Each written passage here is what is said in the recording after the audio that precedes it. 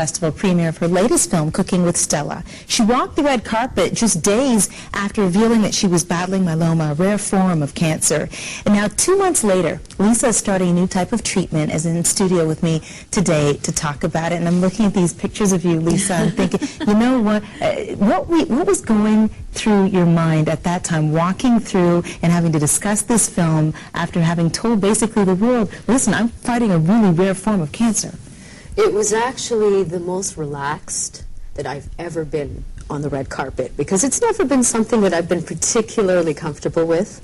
There's a certain amount of, obviously pretense, and, the fantastical part of the fantasy is a lot of fun. It's fun to dress up, but this was definitely, because I think there was such...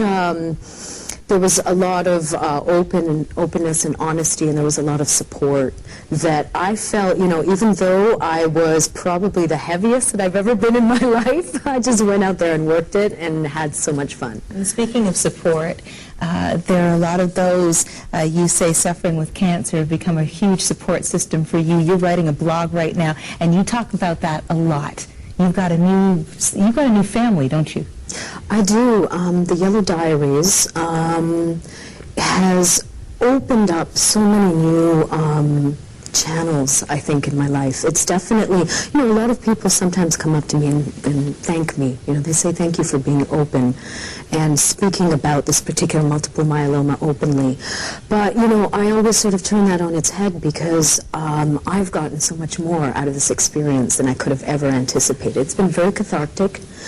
And I think also, it's about creating this support system. It's about recognizing that all of us go through some sort of adversity in our lives, regardless of whether it's cancer or multiple myeloma, or, that's not the important thing. It's simply about being able to, I think, step up, recognize it, share it openly. I found that that's certainly the healthiest way of working through this period in my life. You also chose to shave your head. You figured, hey, your hair, you look great. It's getting prickly. It's getting good, but it looks good. I mean, anything's going to frame that face well.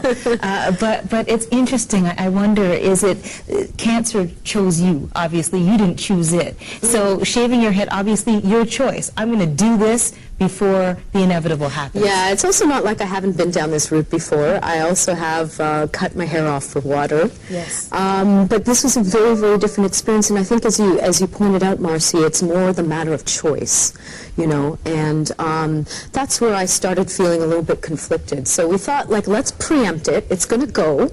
Let's take control of the situation.